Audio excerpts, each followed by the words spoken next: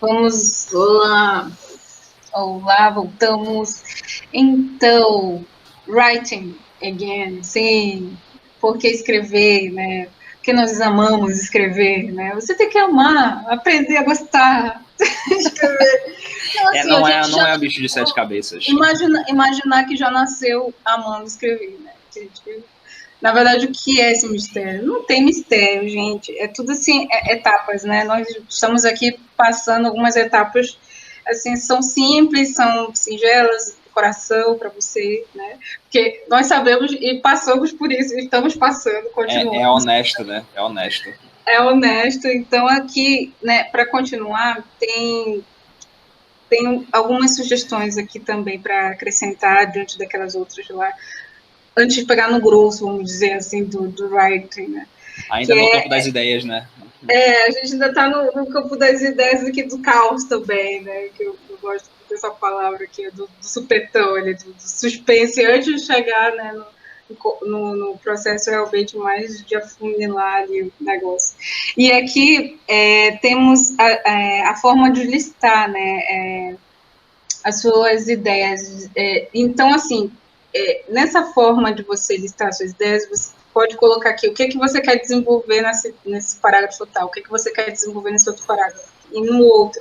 Então, você meio que coloca uma frase ali, ou então uma palavra exatamente do que você quer desenvolver em algum caso específico para aquela ideia, né? Você vai listar mesmo o que você quer desenvolver, né? Essa é uma outra dica básica, né? Que eu acho que é tipo um rascunho, né? Que a gente fala, vou fazer o rascunho, né?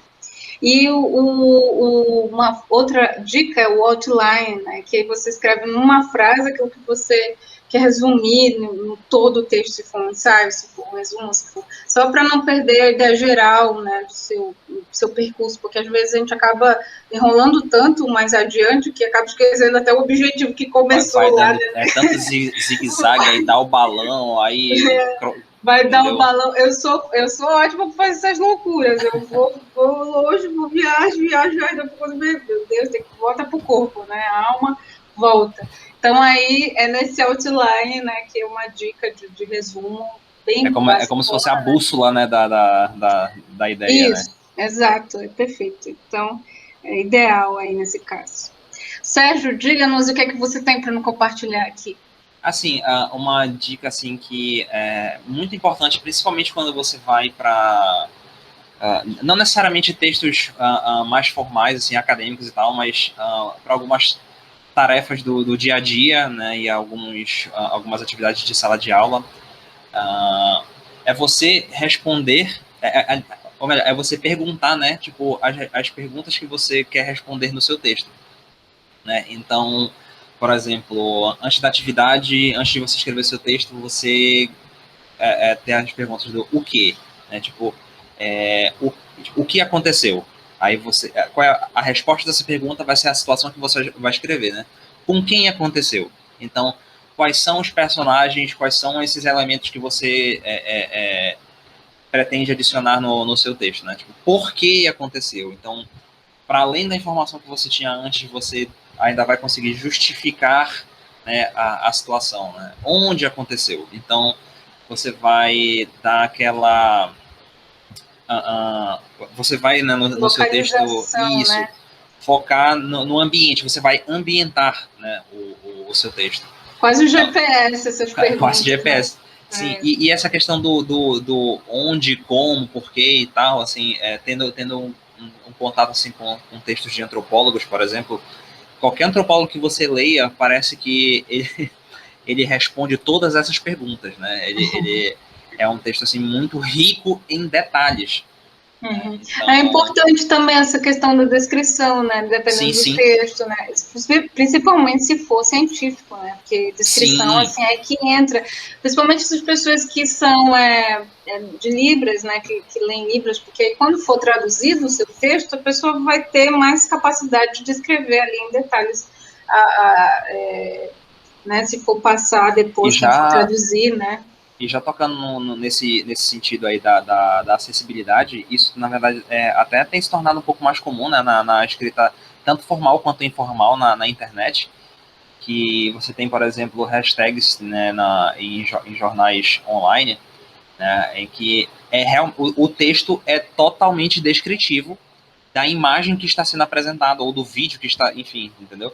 Então, assim, é um formato interessante, que é inclusivo, né, é inclusivo, e, assim, dependendo do objetivo do seu texto, é essencial, né, que você responda a cada uma dessas perguntas, né? Então, com certeza é uma dica valiosa, mesmo que você não faça todas essas perguntas, mas o seu texto precisa pelo menos de 2 ou 3, né, para serem respondidas. Então é interessante que você tenha essa prática também, né, na hora de organizar o que você vai escrever, né? E outra coisa que, assim, que até antes da gente começar a nossa gravação, você comentou que extremamente importante, né, é você fazer, avaliar, né, os prós e os contras, né, das ideias que você quer reproduzir. Então, esse exercício vai ajudar com que você tenha o seu pensamento crítico, que você desenvolva o pensamento crítico em cima da sua própria ideia. Então, lembra quando a gente estava comentando a questão do feedback? Isso também vai te ajudar, né? Porque é quase como se você estivesse argumentando com você mesmo.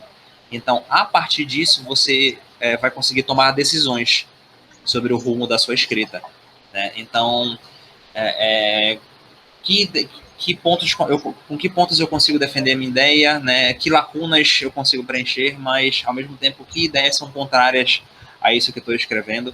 Então, fazer esse exercício vai fazer com que você consiga refletir, né, sobre o público que você está escrevendo, a relevância do seu texto, tudo isso, né? Então, tirando, assim, sem focar muito na questão estrutural, né, de vocabulário, gramática, etc., mas assim a polpa, né, a polpa do texto, né, vai ser esse tipo de altíssima qualidade se você tiver a prática de refletir sobre os prós e contras da sua produção textual.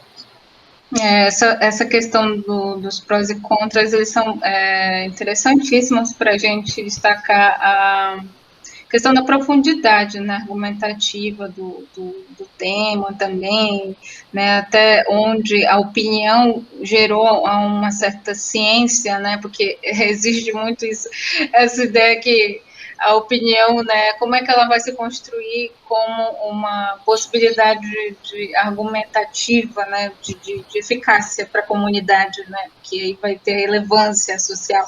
Mas aí entra essa discussão, né, o que você trouxe para conversar, né, que outros autores para você dialogar ali, para que você veja os pontos negativos ou não, né, que isso entra também nas provas básicas, né, de provas aí do Enem, e de seleção de qualquer, acho que, vestibular, né, vamos dizer assim.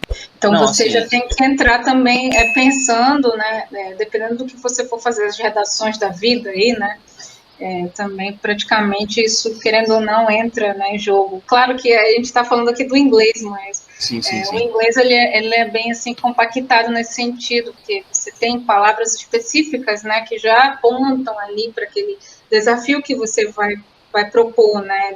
Já tem a carga suficiente, né, para que você consiga passar a sua ideia. E assim, imagina que no mundo ideal, né, a gente sempre analisasse as nossas ideias nos prós e contras, né? Então, a gente conseguiria produzir ideias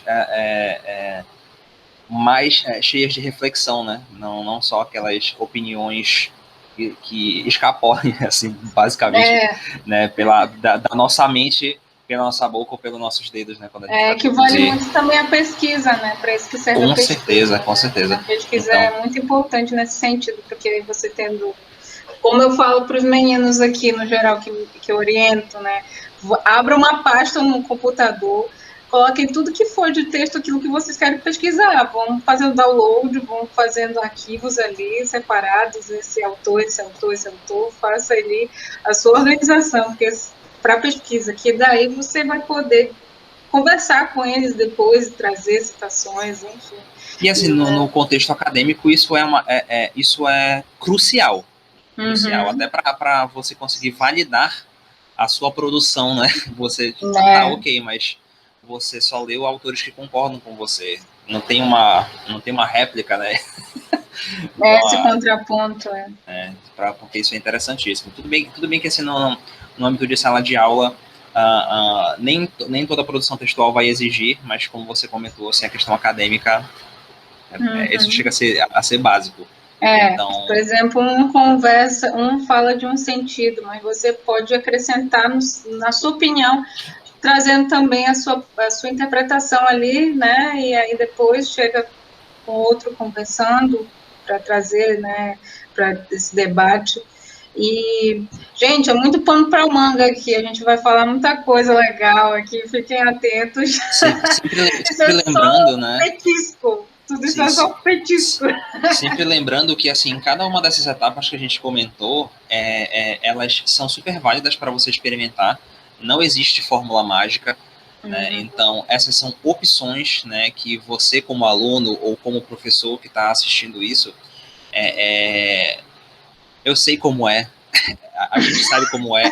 É difícil escrever. Escrever é uma habilidade, não só no inglês, mas uma habilidade de forma geral, que é um desafio muito grande a gente manter a nossa escrita afiada, sabe? É muito difícil mesmo. É muito difícil. Então, o que a gente está fazendo aqui mesmo a gente está compartilhando dicas de coisas que a gente aprendeu. A gente fez um curso para aprender isso, né? Para refletir sobre esses pontos, né? Então, é interessante compartilhar e, assim, sempre que vocês... A gente está sharing, né? A gente está sharing. Porque aqui, se a gente for ficar só guardando para a gente vai ficar quase que um balão aqui inflável. Então, a gente não quer ficar assim, eu quero contribuir. E eu sei que tem muita gente aí passando essa barra que a gente já passou e eu ainda continuo também escrevendo, todos nós. E quanto mais a gente ensina, mais a gente aprende, pessoal. Então, para mim é um prazer compartilhar um pouco que eu aprendi com vocês. Sempre é muito, muito bom mesmo. Beijão, obrigada por estarem aqui. Adiós.